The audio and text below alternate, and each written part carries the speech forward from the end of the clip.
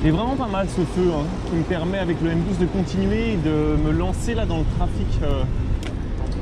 Non, non, justement, regarde, il faut que tu attendes au niveau du feu piéton, parce qu'il y a la règle que j'ai dit dans la dernière vidéo, c'est que si tu as la présence d'un feu, voilà, là tu peux passer au vert, ce qui permet d'être en avance, mine de rien, c'est pas con.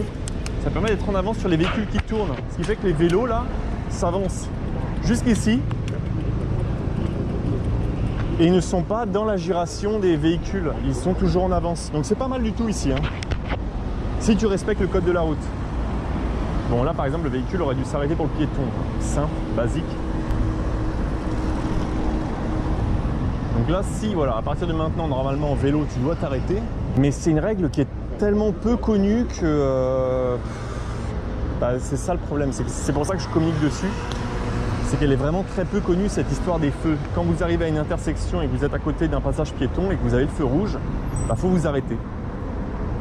Donc c'est pour ça qu'il n'est pas indispensable en fait, au vu du code de la route, de mettre des feux à cet endroit-là pour que les cyclistes s'arrêtent.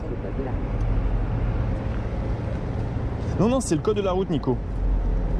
C'est une règle qui est dans le code de la route. En l'absence de feu, les cyclistes doivent respecter le feu piéton s'il est contigu. Exactement, Raphaël. Non, non, mais complètement. C'est un peu dommage. Mais là, elle est très bien foutue cette intersection parce qu'elle permet aux cyclistes de prendre un petit peu d'avance par rapport aux véhicules qui tournent et d'éviter de se couper la route.